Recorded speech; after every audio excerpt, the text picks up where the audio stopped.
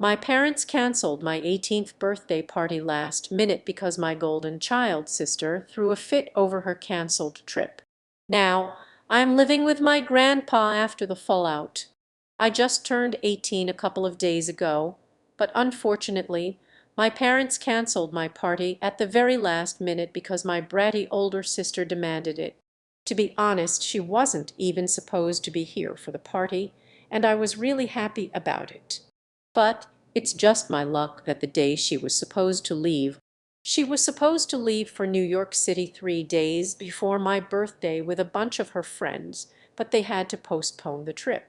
She has been extremely upset about it, which means my parents have been walking on eggshells around her because they really don't want to piss her off. I mean, they wouldn't dare. She's the golden child of our family after all. On the morning of my birthday, she demanded that my birthday be canceled, because if she doesn't get to have fun, neither will I, of course. My parents didn't even think twice before sending out the message to every single person who had been invited. I found out about it much later, around the evening, when I was patiently waiting for all the guests to arrive. But nobody was coming. When I finally asked my parents why nobody had arrived even by 7 in the evening, they finally told me they had canceled the party without even asking me because my sister was very upset. They didn't think it would be right to have a party when she was in such a state. That's when I completely lost my temper and started screaming at my parents because it was just so unfair. My parents had always acted very differently with my sister, catering to her every need more than mine, and expecting me to compromise and adjust throughout my life. I had always done that, but this was just taking things way too far. It was my parents who had offered to organize my 18th birthday party for me and had invited all my friends and relatives for a big birthday bash.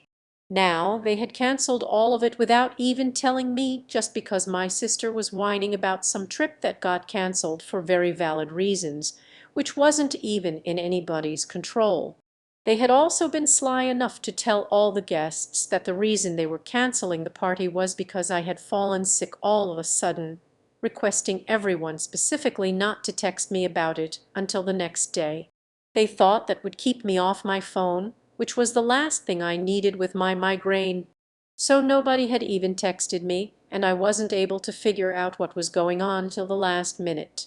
As soon as my parents told me what was happening, I started fighting with them and screaming.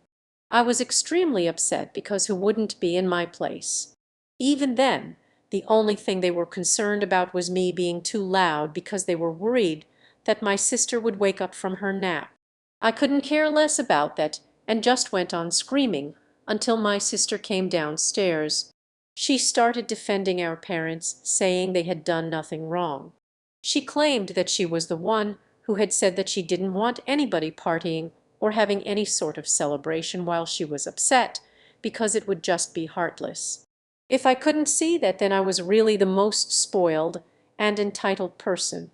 The sheer audacity to even say that to me after what she had done pissed me off to such a level that I just started blindly cursing at her. I grabbed her hair and tried to shake her, so things ended up getting physical. Our parents had to break us apart, and I guess we didn't hear the doorbell ringing until we finally stopped fighting. My parents were sure they had uninvited everyone, but when they opened the door, my grandpa was standing outside. My paternal grandfather is really a force to be reckoned with, and everyone in the family fears and respects him, including my parents. As soon as the door was opened, he stepped inside and started inquiring about why there was so much yelling. He looked at me for answers because I was the one cursing the most. Usually, I wouldn't tell anyone about the kind of treatment I received from my parents because it felt petty, but this time I hid absolutely nothing and told my grandpa everything. I was very upset with my parents and my sister and didn't think there was any point in trying to hide the truth anymore. It was time to speak up, and so I did. I told him that my sister being treated like the favorite was not just a one-off incident. It was something I had to put up with every single day for the past 18 years. This incident was the limit, and I couldn't take it anymore. My grandpa was absolutely appalled. The shock was visible on his face, and within seconds he snapped at my father and started scolding him. I learned a lot of things I had no idea about. My grandpa started scolding my father because he had been sending money to my parents every month for the past couple of years as they had been struggling to keep their business going and support our family. It was really my grandfather who had been supporting us all along. Even this party my parents were about to take credit for had all been paid for by my grandfather. He told my parents they had let him down by treating me this way. From the way I was acting, it was obvious I had been traumatized by their favoritism towards my sister. My parents quietly let him talk, but my sister, being the absolute fool that she is, tried to argue with him. She told him the only reason she had asked for the cancellation was that she was shattered her trip to New York had been canceled. It was really heartless to have a party while she was suffering. But my grandpa had no time for her BS and told her to her face that she was the epitome of entitlement to demand I cancel my 18th birthday party to accommodate her feelings about a trip that she could take later. He told her the world didn't revolve around her. I think that must have actually been news to her. My sister arguing with my grandpa pissed him off even more, and eventually he just told my parents he would no longer support them and that they were on their own. Then he told me to pack my bags and come along with him if I wanted to move out because clearly my parents were up to no good and only cared about my sister.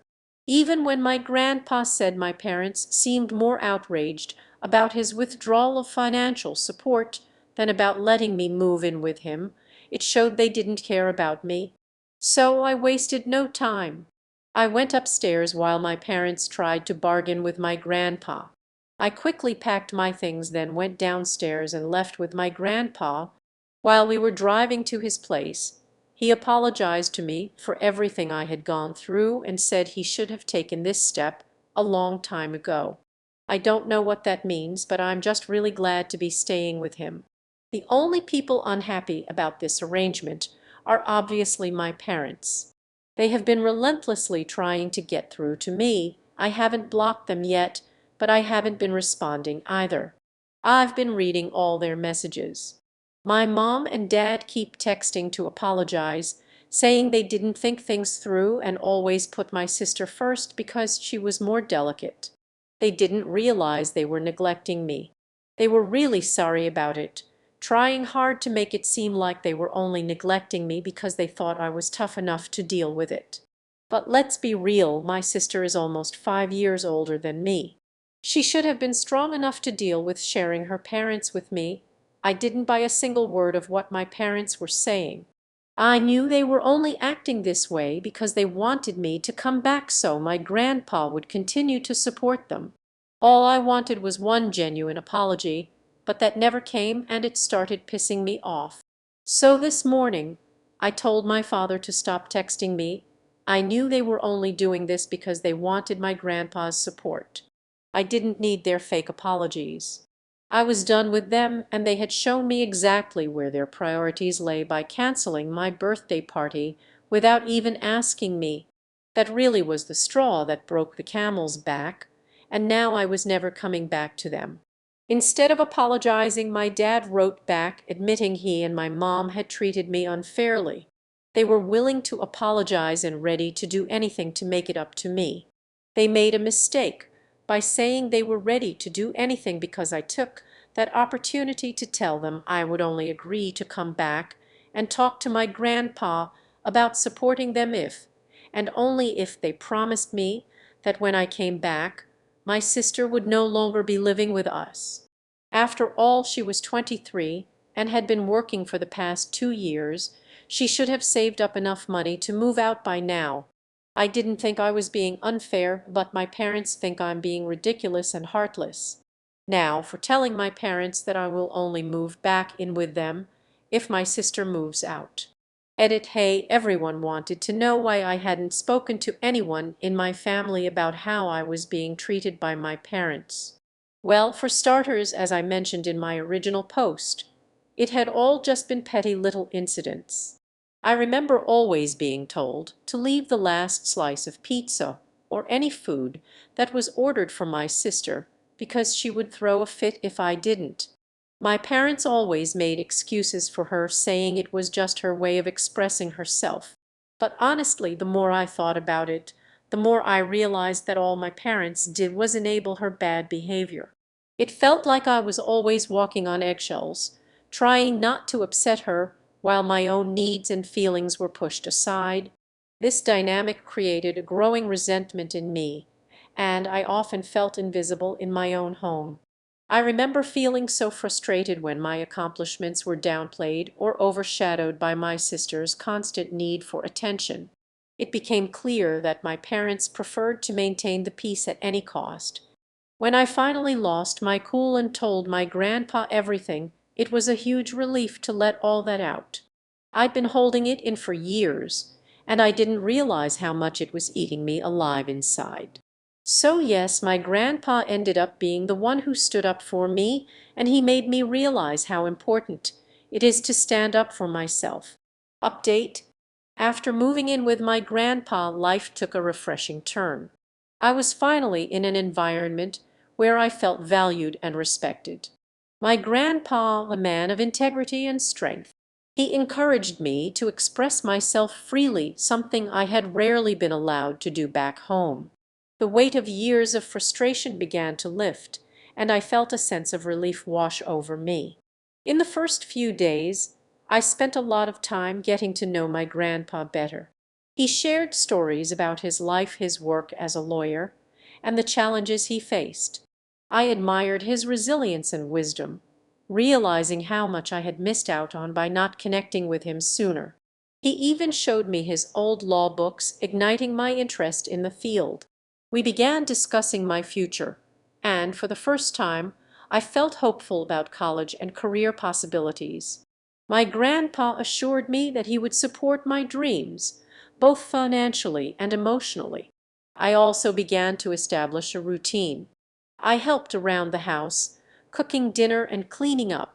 We would often sit down for meals together, and those moments became a highlight of my day.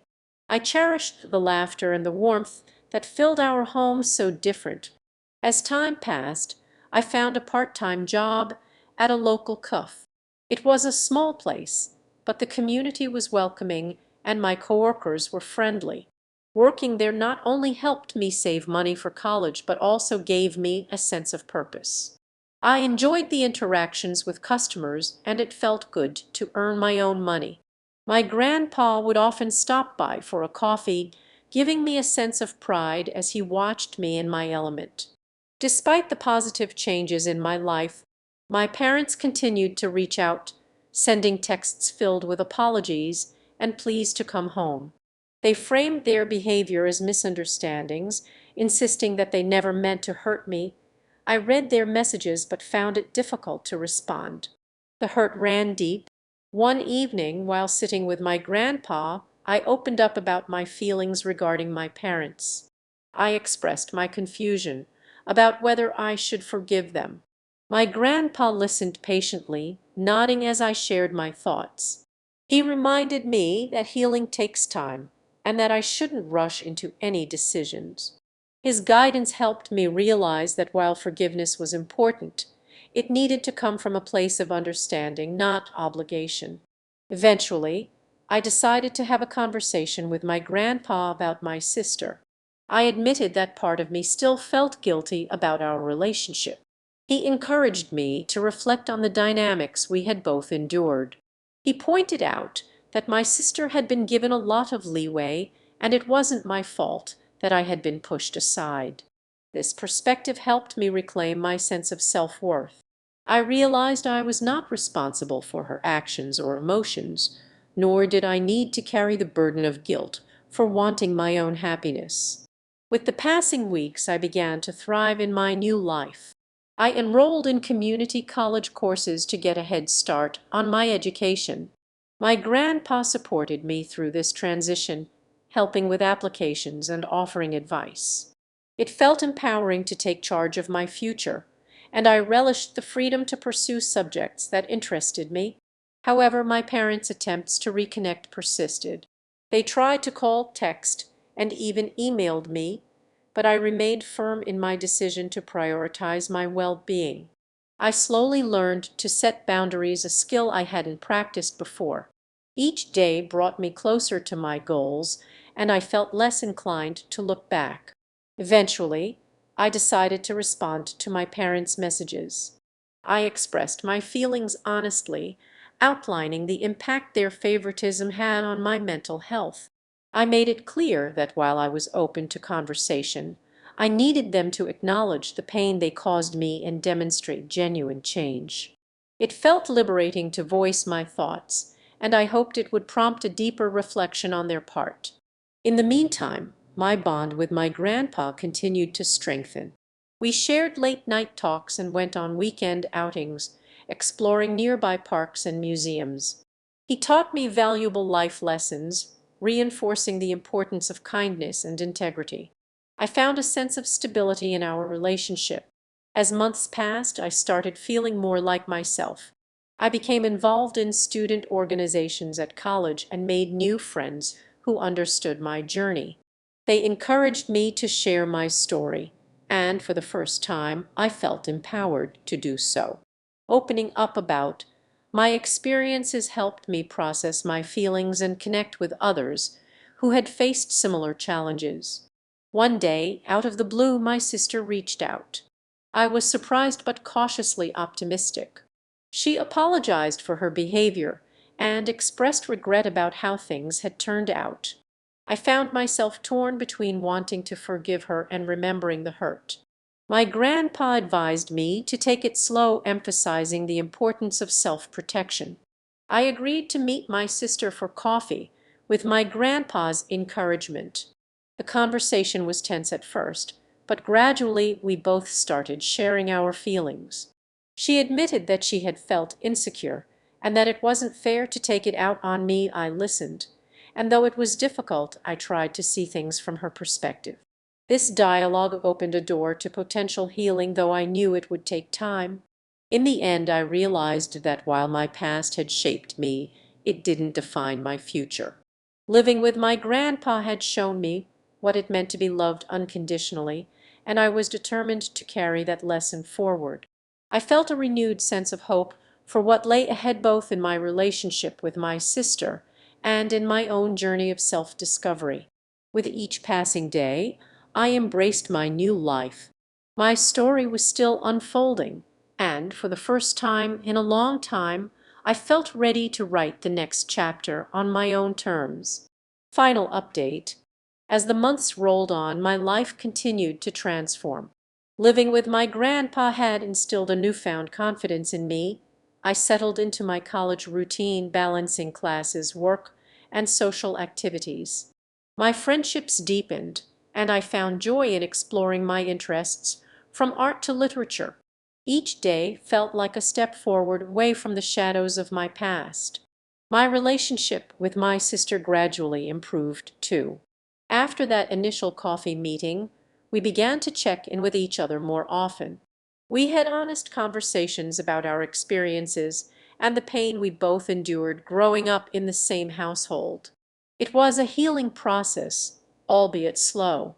I learned to set boundaries while still extending compassion, and she worked to understand the impact of her actions. There were awkward moments, but we navigated them together, finding a fragile but growing connection.